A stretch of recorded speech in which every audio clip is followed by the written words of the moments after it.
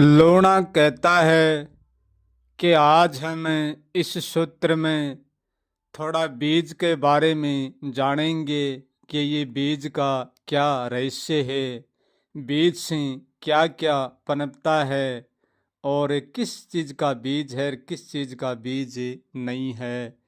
इस सूत्र में आज हम बीज का रहस्य थोड़ा बहुत जानेंगे।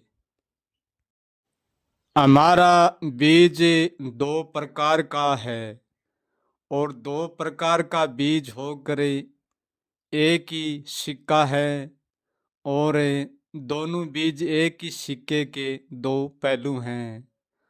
और वो बीज क्या है?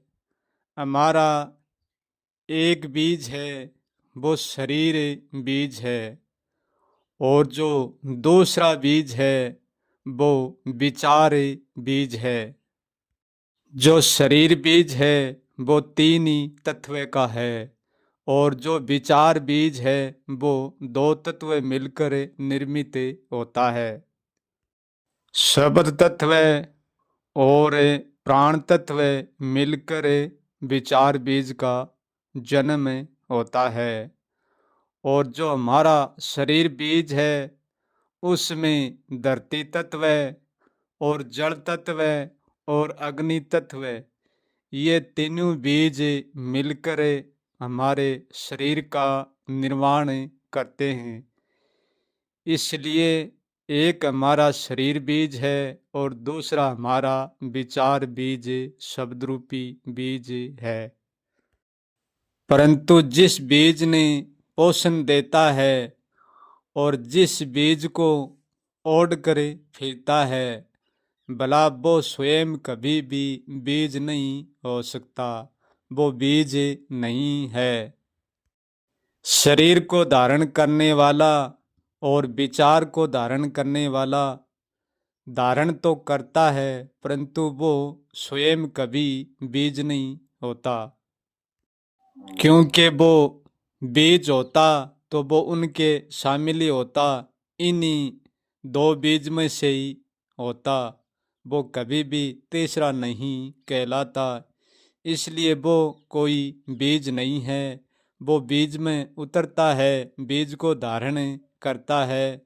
स्वयं कोई बीज नहीं है, वो अबीज है, उसका कोई भी बीज नहीं है।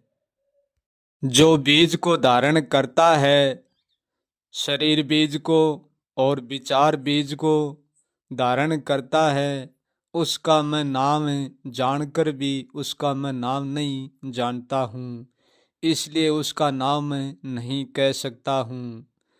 यदि कहूँ तो इतना ही कह सकता हूँ कि वो अबीज है, इनसे ज़्यादा मैं उसका कोई नाम नहीं बता सकता। जो पूरे अस्तित्व के बीज को धारण करता है वो हमेशा ही अबीज है, वो कभी बीज में उतरता है परंतु वो स्वयं कभी भी बीज नहीं होता। शब्द और विचार कोई दो नहीं है, एक ही सिक्का है। शरीर रूपी बीज में आड़ मास गन सुगन रंग रूप रगत से बहता है। जो शरीर रूपी बीज है उसमें लचीलापन है, उसमें कोमलता है, क्योंकि शरीर बीज में ठोसपन भी है, ये ठोसपन का जोड़ है, उसमें लचीलापन भी है और उसमें कोमलता भी है, इसलिए ये बीज दिखने में आता है। और जो विचार रूपी बीज है वो सुनने में आता है, एहसास करने में आता है, समझने में आता है, बोलने में आता है और स्पर्श करने में भी आता है। इसलिए शब्द रूपी बीज में लचीलापन नहीं है, कोमलता भी नहीं है, ये बहुत जीर्णा है और ये एक प्रकाश रूपी ज्योतिष रूपी है। लोणा कहता है कि जो व्यक्ति इस दो बीज का पूरा रहस्य जान लेता है वो फिर मुड़की कभी भी उस बीज में नहीं पड़ता। ना तो वो कभी शरीर बीज में पड़ता और ना वो कभी विचार बीज में और ना वो कोई शब्द बीज में ना वो कोई वाणी में, उनमें वो नहीं पड़ता। विचार में पढ़ना, वाणी में पढ़ना, शब्द में पढ़ना, बीज में पढ़ना ही है। शरीर में पढ़ना, बीज में पढ़ना ही है। और जो बीज में रहेगा उसको मृत्यु का और जन्म का और जीवन का हमेशा सामना रहेगा। वो उनसे कभी भी बेमुख नहीं हो सकता, क्योंकि यही दो बीज पूरा अस्तित्व है।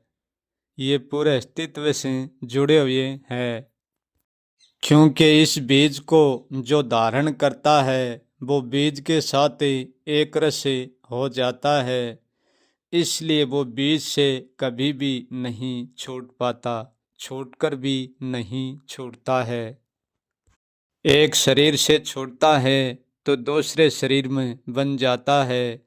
एक विचार से छूटता है तो दूसरे विचार में बन जाता है। एक शब्द से बचता है तो दूसरे में बन जाता है।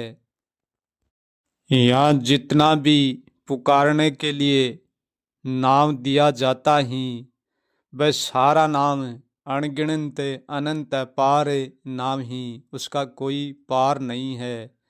वो सारा नाम विचार से दिया जाता ही और वाणी से प्रकट किया जाता ही, वाणी से बाहर बोला जाता ही।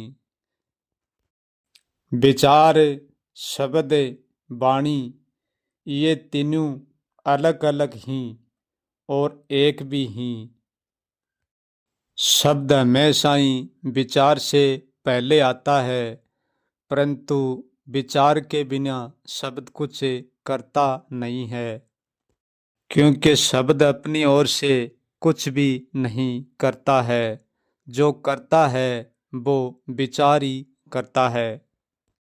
जब तक शरीर बीज में रहता है, जब तक शरीर भी अपनी ओर से कुछ भी नहीं करता। लोना कहता है कि शरीर के बंधन से ज़्यादा विचार बीज का बंधन, शब्द का बंधन, वाणी का बंधन सबसे ज़्यादा है।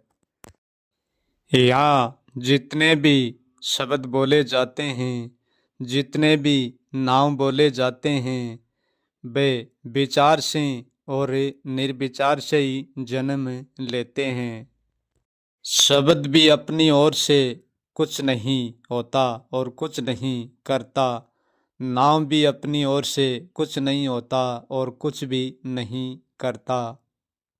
नाम को भी विचार के द्वारा उकसाया जाता है और शब्द को भी नाम के द्वारा बल दिया जाता है। सारे नाम विचार से ही बनते हैं, विचार से और निर्विचार से ही बनते हैं। जो बड़े से बड़ा शब्द और छोटे से छोटा शब्द, शब्द में ना कोई छोटा है और ना कोई बड़ा है। हमारे विचार का भ्रम ही बड़ा और छोटा है, क्योंकि विचार ही हमारी धारणा है और विचार ही हमारी मान्यता है। विचार से और मान्यता से हम जिस नाम को, जिस शब्द को जितना ज़्यादा बल देंगे वो इतना बड़ा हो जाएगा, और जिसको हम बल कम देंगे वो जितना छोटा हो जाएगा। परंतु जितना भी नाम ही, जो भी नाम ही, छोटा बड़ा अच्छा बुरा, परंतु सारी एक ही ऊर्जा का स्रोत ही। जिस विचार में हम आत्मा शब्द का प्रयोग करते हैं, तो आत्मा शब्द अपने आप में कुछ भी नहीं होता है और अपनी ओर से आत्मा कभी भी ये नहीं कहती कि मैं आत्मा हूँ। ऐसे ही हम परमात्मा शब्द का प्रयोग करते हैं, परमात्मा शब्द भी अपने आप में कुछ भी नहीं है और वो ये कभी भी नहीं कहता, कभी भी सिद्ध नहीं करता कि मैं परमात्मा हूँ। गुरु शब्द का प्रयोग करते हैं परंतु ये गुरु भी कभी भी सिद्ध नहीं करता कि मैं गुरु हूँ। अपने आप में ये शब्द भी कुछ नहीं होता। ब्रह्म शब्द का प्रयोग करते हैं, खुदा शब्द का प्रयोग करते हैं, अनघड़ शब्द का प्रयोग करते हैं, गॉड शब्द का प्रयोग करते हैं, ईश्वर शब्द का प्रयोग करते हैं, भगवान शब्द का प्रयोग करते हैं। सारे शब्दों का हम प्रयोग करते हैं। ये शब्द अपने आप में सब कुछ होकर भी कुछ भी नहीं होते हैं, अपनी ओर से कुछ भी नहीं करते हैं। हमारे भ्रम से ही उनमें भेदभाव उठता है। वो भेदभाव शब्दों में नहीं, वाणी में नहीं, हमारे विचार में उठता है। हमारा विचार है वो ही भेदभाव करता है। बाप बेटे को जन्म देता है और पूरी परवरिश बाप ही बेटे की करता है। उसका लालन पालन बाप ही बेटे का करता है। वो ही उसको जन्म देता है और वो ही उसका पालन पोषण करता है। पत्थर की मूर्ति इंसानी बनाता है और इंसानी उसको पूजता है। मूर्ति कभी ना तो बनाने को कहती है और ना कभी पूजने का कहती है। ऐसे ही संतान ना तो कभी जन्म देने का कहती है और ना कभी पालन पोषण का कहती है। ऐसे ही आत्मा परमात्मा कभी भी होने के लिए दावा नहीं करते हैं और वे कभी भी होते भी नहीं है, क्योंकि ये एक बीज का जोड़ है। हम बीज में उलझ जाते हैं, आत्मा बनाकर इस बीज में उलझ जाते हैं, परमात्मा बनाकर परमात्मा के बीज में उलझ जाते हैं, गुरु बना के गुरु के बीज में उलझ जाते हैं, ब्रह्म के बीज में उलझ जाते हैं, भगवान के बीज में उलझ जाते हैं, ईश्वर के बीज में उलझ जाते हैं, गॉड के बीज में उलझ जाते हैं, खुदा के बीज में उलझ जाते हैं, अल्लाह के बीज में उलझ जाते हैं। ये हमारे विचार का परिणाम है और हमारा ही विचार हमको उलझा देता है। विचार से ज़्यादा ना कोई आत्मा ना कोई परमात्मा, विचार से ज़्यादा ना कोई ईश्वर है और ना कोई खुदा, वाणी से ज़्यादा ना कोई आत्मा ना कोई परमात्मा, वाणी से ज़्यादा और विचार से ज़्यादा कुछ भी नहीं है। जिसने अपने विचार को जान लिया और जिसका विचार शांत हो गया, उसके लिए ना कोई आत्मा है, ना कोई परमात्मा, ना कोई ईश्वर, ना कोई खुदा, ना कोई भगवान, ना कोई अल्लाह, ना कोई गॉड, कुछ भी नहीं है। ये सारा विचारों का जोड़ है और विचारों की दुनिया है। विचार से अलावा कुछ भी नहीं है, क्योंकि विचार झगड़ते हैं तब भी दो शरीर झगड़ते हैं। ये सारा झगड़ा विचार का और वाणी का है। जो विचार को बनाने वाला है और जो विचार को दिशा देने वाला है, जो विचार को जानने वाला है, वो विचार को मिटाने वाला भी है। जो बनता बिगड़ता है वो सारा विचार और निर्विचार के बीच का ही द्वंद है। जानने वाला सिर्फ विचार को ही जानता है और विचार को ही देखता है। जहाँ विचार समाप्त हो जाता है वहाँ जानना भी समाप्त हो जाता है। विचार से आत्मा है और विचार से परमात्मा और विचार से ही स्वयं है।